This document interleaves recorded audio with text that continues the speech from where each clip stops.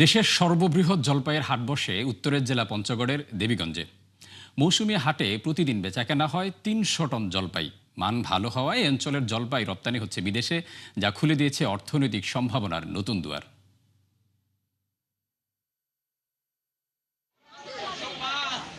জেলার প্রত্যন্ত অঞ্চল থেকে গাড়ি ভর্তি করে আসছে মৌসুমী ফল জলপাই। এরপর তা স্তূপ করে রাখা হচ্ছে হাটের মোকামে। সেখান থেকেই ওজন করে কিনে নিচ্ছেন পাইকাররা।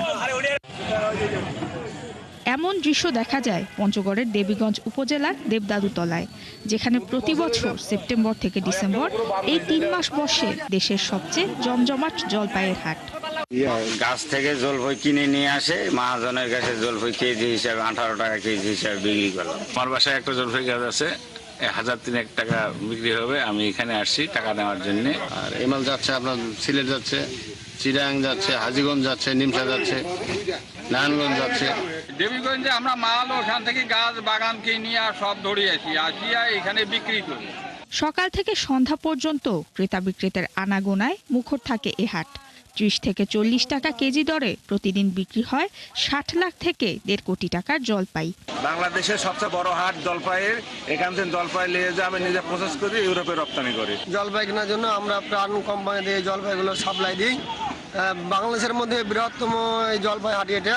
প্রায় ২০-২৫ বছর থেকে এই দেশ থেকে জলপাইটি আমাদের গোয়ালন্দ, রাজবাড়ী, কুষ্টিয়া এলাকার বিভিন্ন জায়গায় আমি পাইকারি বেচাকেনা করি।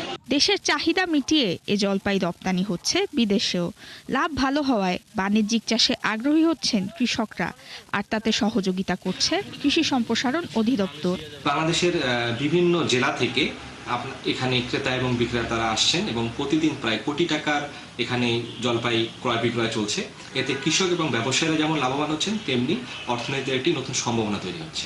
গত বছর এ হাটে বিক্রি হয় ৯০ কোটি টাকার জলপাই। Desk report ৭১।